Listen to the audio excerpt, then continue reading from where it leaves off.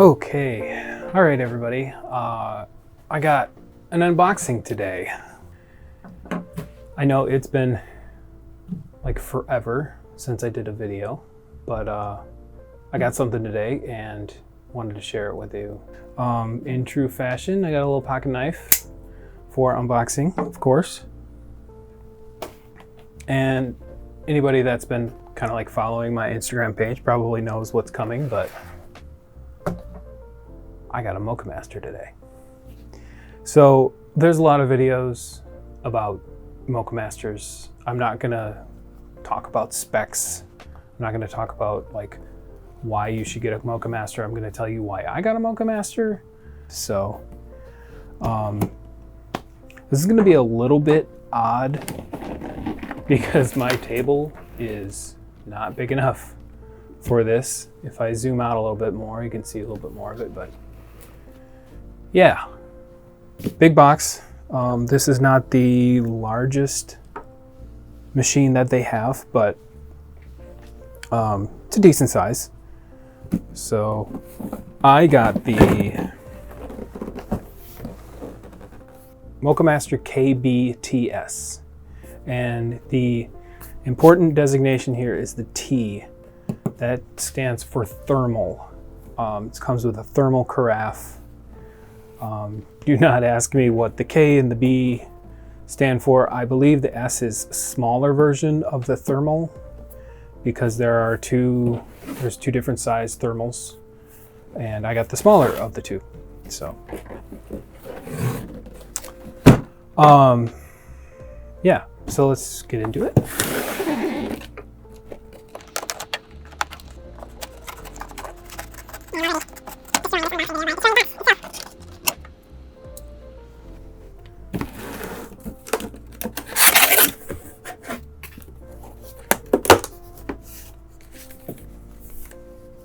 Comes with, looks like, filters. No, holy smokes, that is all. Oh, there's some filters. All the manuals in 3 different languages.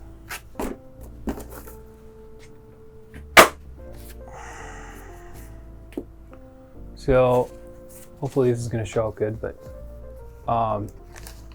paper filters for the Moccamaster, I believe, are the same as the Melita style.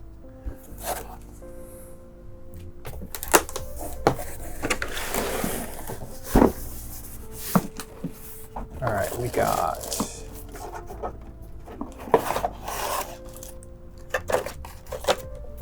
I'm gonna kind of take all these little boxes out and we'll go through each one by one.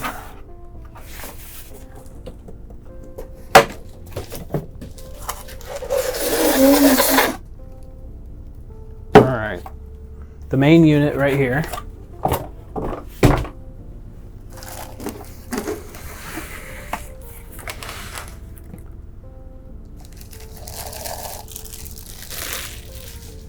Everything's nice and wrapped up nicely. And I think it's funny, they put this hand-built and individually tested Technivorm Moccamaster coffee maker. Kind of cool. However, I laugh because I think this is hand assembled, not hand built, but you know, whatever.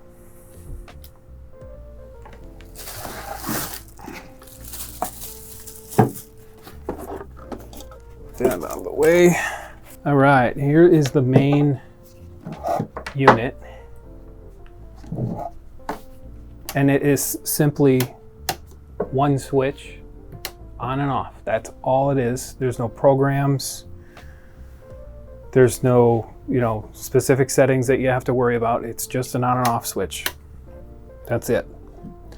Water goes up in here. And the way this works is there's this pump system that pumps the water down into the heater, which is in here, and then back up out into the brewer.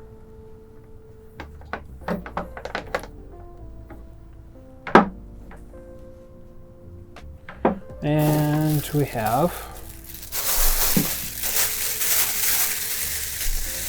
the thermal carafe. Get that out of the way. So this is I believe I got the, it's about 32 to 36 ounce carafe. Somewhere around 4 to 8 cups, depending on your level of strength that you like the coffee. So yeah, branded carafe. And the way they have really interesting carafes. This will pour from any direction. So you can pour that way, you can pour this way, it'll spill that way if you go the wrong way. So it's a very interesting design where it'll literally pour from any direction. Some people like that, some people don't, but. And the last part,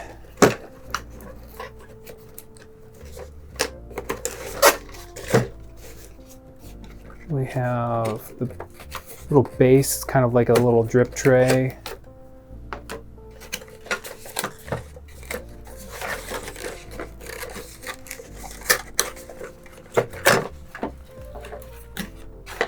Brew basket.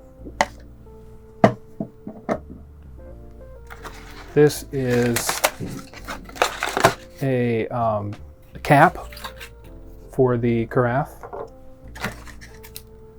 This is the spray head, and I'll go over that in a minute.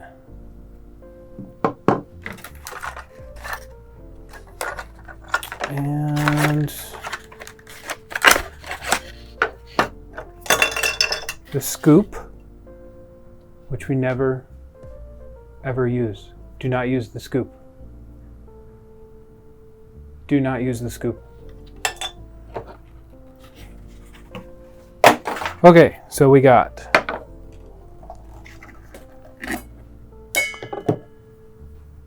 the main unit. The way this assembles is, okay, the way this works is you got your spray head. This goes all right here, goes on top of here. And it's just a friction fit. There's no like screws or nothing that you got to worry about. Goes right in there. The lid goes over here. Hopefully that's going to stay on while I can get this other part on. And then the brew basket goes right in there like that to brew things. And there's a little cover for heat to keep the heat constant. Drip tray underneath. The carafe just slides in here. And then you're good to go. So, let's see if I can tip this down without spilling everything. No, I cannot. I don't know if you guys can see. You cannot. So the way this works is this little white button. When that goes in, it signals that the brewer can start, basically. You take it out, it will stop, essentially it will stop brewing.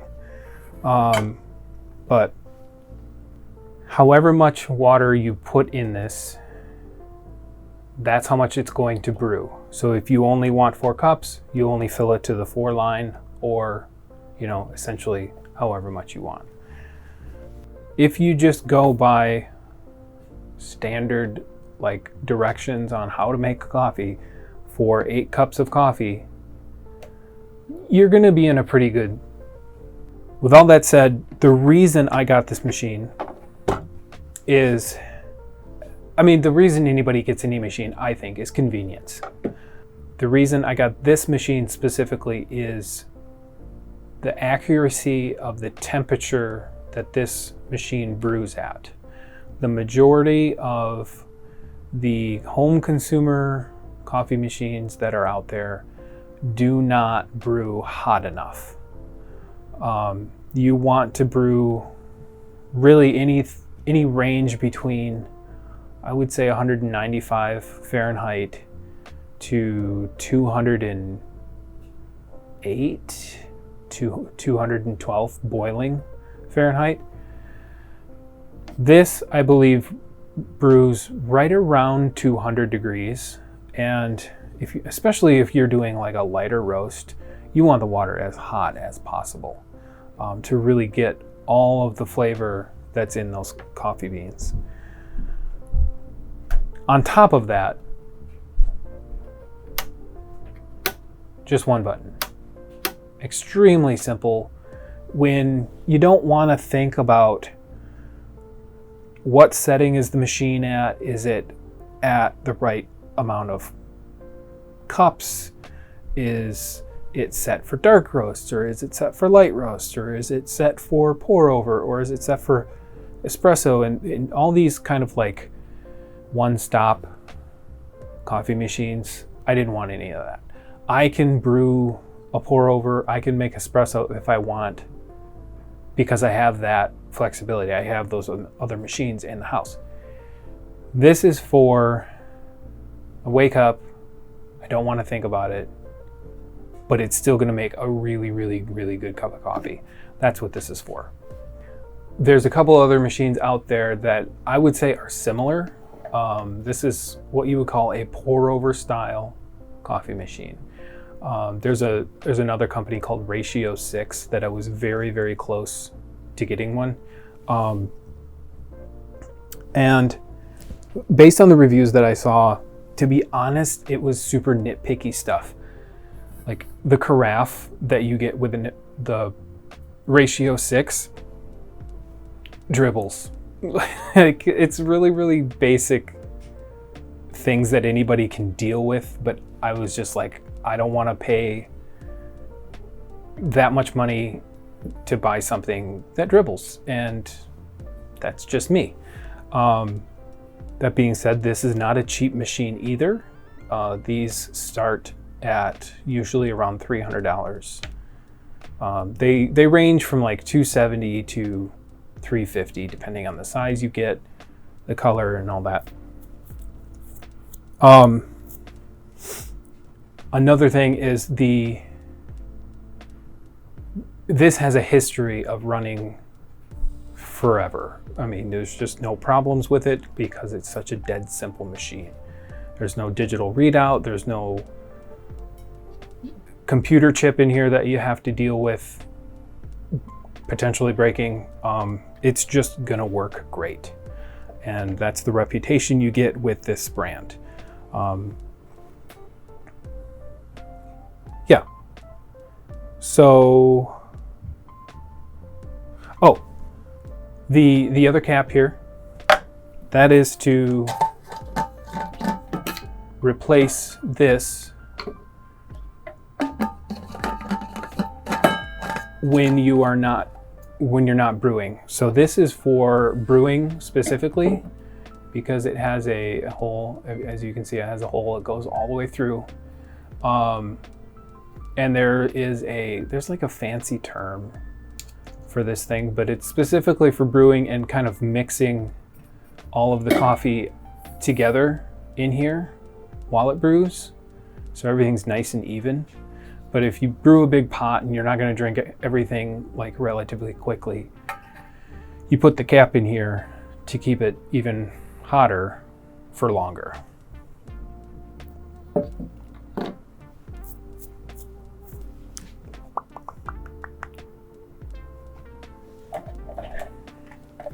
Another little quick thing is on this brew basket, get rid of that. There's this little like switch, and that controls the flow.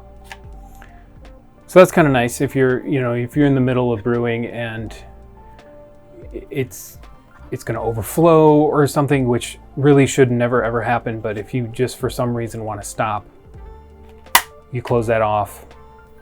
You can take the carafe out, not too much of a mess. Put it back in, you can keep brewing, and you're good to go. Okay, I think that's it. If you are all interested in watching this machine brew, actual usage, please let me know. As mentioned, it has been forever since I did a video. If you guys are all interested in more content, so yeah, I'm just gonna wrap it up right there. And if you guys like this, let me know. Hopefully I can hear from you, and I'll see you in the next video.